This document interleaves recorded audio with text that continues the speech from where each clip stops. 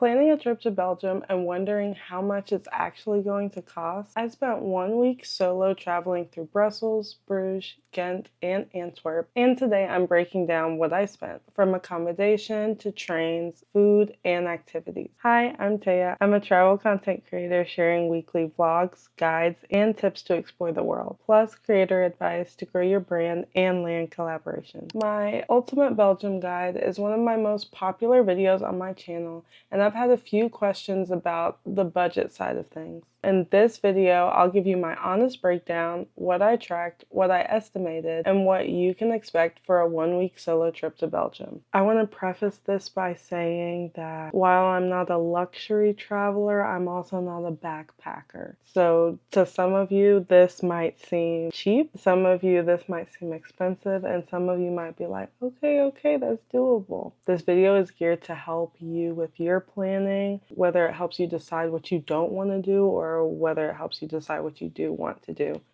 Don't come out. Let's start with the two biggest expenses, flights and where to stay. Full honesty, I didn't keep every receipt for this trip. This is the first trip where I actually planned or tracked some of my expenses because of my Notion travel planning guide that I use. This video will be about the things that I did track. For flights, instead of taking a non-stop straight to Belgium, I did go to England first because the flights to England were $700 versus the flights to Belgium, which were like $1,400 or something like that. They were pretty expensive at the time. I decided to just spend 2 nights in England, and then I flew to Belgium for the rest of my trip. Flights from London to Brussels were extremely cheap. So after looking at that and doing some little math, I realized that it would make a lot more sense to fly that way. So my flight total was around $800, and it was in April, which is off season, so I did manage to get a good deal at that time. If you're looking to do this trip in the summer,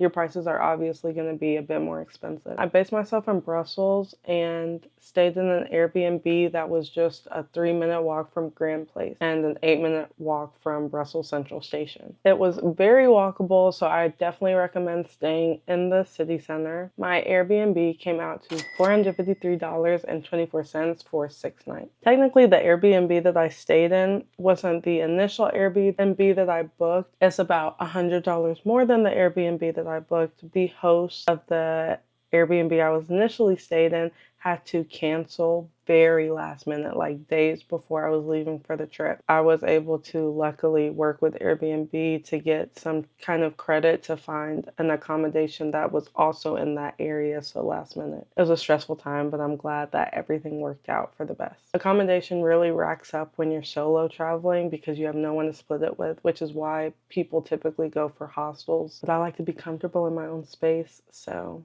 I have to kind of deal with paying a bit more when I'm solo traveling so that I can be comfortable where I'm staying. That's like a big non-negotiable for me. So it's always worth it. And if that does sound steep, Belgium did have a few hostels that I saw, especially in the Brussels area and Antwerp. Transportation in Belgium is actually pretty affordable and super convenient. I mainly use their SNCB local trains to get around. I explored quite a few different cities in Belgium. To get from Brussels to Ghent, it's about 10 euros, so 11-ish dollars, and you can stop in Bruges on your way because the Belgian train tickets let you make stops along the way to your destination. So that's what I did. Same to Antwerp, it's about 10 euros, so 11-ish dollars. So each day trip only cost me around $11 to $20 round trip. The one splurge I had was my Eurostar trip to Amsterdam. I really wanted to see the tulip fields, especially because I was traveling during the season, so that was a must for me. And the tickets on the Eurostar cost $106, which was definitely worth it in my opinion because of my goals. But if you're just looking to stay in Belgium, you'll save a lot more traveling locally. They do have day passes, but how I planned my trip, everything was in walking distance to each other, so I didn't need a pass. They also have Ubers. I don't think I took an Uber once. No.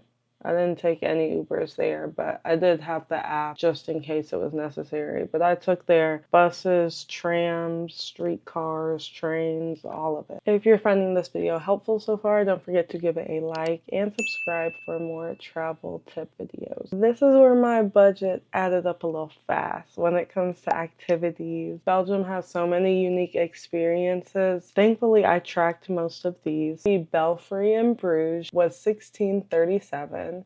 The Bruges beer experience was $24.01. When I went to Ghent, the Castle of the Counts tour was $14.19 and the canal boat tour was $10.92.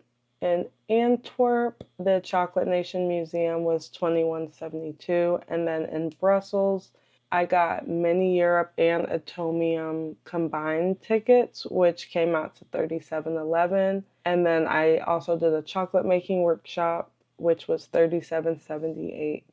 And then in the Netherlands, I went to the Tulip Garden for $9.22 and the Van Gogh Museum for $35.35.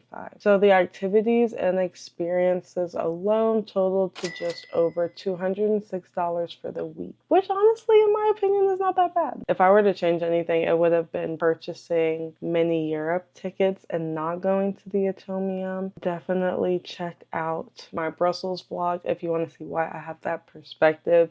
But I would have just saved on that ticket and just got the Mini Europe ticket alone. Everything else, though, I enjoyed. That's the only thing I would change. My tip here, decide what workshops, museums, activities matter the most to you, because doing all of them does add up. If you prioritize certain things, you can definitely save some. And Belgium has a lot of free things that you can do, like exploring Grand Place, walking along the canals, or checking out the street art in Ghent. But I didn't really do any shopping here, just a little bit. But I didn't really do much shopping here, I should say, so I didn't mind spending most of my spending money on activities. Food was one area that I honestly never track because I'm just trying to live my best life. As I was planning for Belgium, I did see a lot of people say that the restaurants were a bit expensive, and as I was looking for places to eat at, I understood. And regardless, like, I was content with eating waffles, fries, and little quick meals. Quick meals like waffles, fries, or a sandwich can range from like $5 to $11. Sit down restaurants are probably going to be like 20, 45, 50 per meal. And then your snacks are obviously going to be on the lower end. I'd say on average, I spent maybe $20 to $30 a day on food. I would get like a little waffle for breakfast, sandwich for lunch, or some fries for lunch, and then the opposite for dinner. And I was content. It was good. I didn't really sit down in restaurants much. I also didn't want to go to a big restaurant by myself because I knew I wouldn't be able to finish all that food. And I hate taking things to go when I'm traveling because I know I'm not gonna like reheat it when there's all these new amazing restaurants